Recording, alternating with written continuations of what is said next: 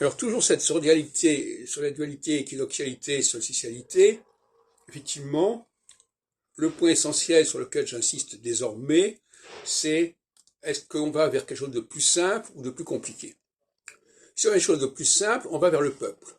Si on va vers quelque chose de plus compliqué, on va vers les technocrates, vers les chefs, etc. Et c'est toujours comme ça que ça se passe.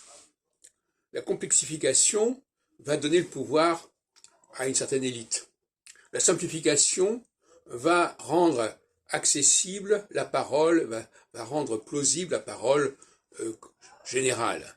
Parce que les gens vont comprendre de quoi il s'agit. Dans la complexification, la compréhension est très limitée. Elle est réservée à des gens qui ont tout le bagage nécessaire pour cela. Donc c'est pas du tout pareil. Et l'intérêt de mon travail, c'est d'avoir mis l'accent sur les mouvements sociaux. D'où, par exemple, là, sur cette figure, là, voyez-vous, tous les problèmes qui se posent, et on dit c'est un coup de Saturne. Alors, c'est moi qui ai inventé ce genre de dialogue. Et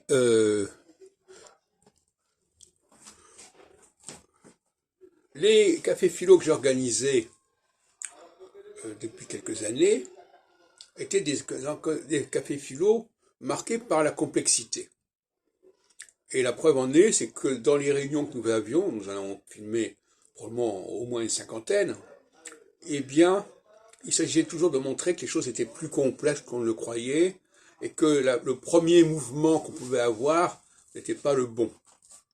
Et donc ça, c'était une prise de pouvoir solsticiale sur un imaginaire équinoxial où on croit que du moment que les mots veulent dire ce qu'ils veulent dire et que ça vient à l'esprit, que ça vient, qu'on a ça en tête, c'est la solution. Oui. Et là, en l'occurrence, on est en train de passer dans le sens inverse. C'est-à-dire on va simplifier les choses, on va rendre accessible au plus grand nombre un certain nombre de problématiques, et donc la prise de pouvoir par une certaine élite intellectuelle n'est plus concevable.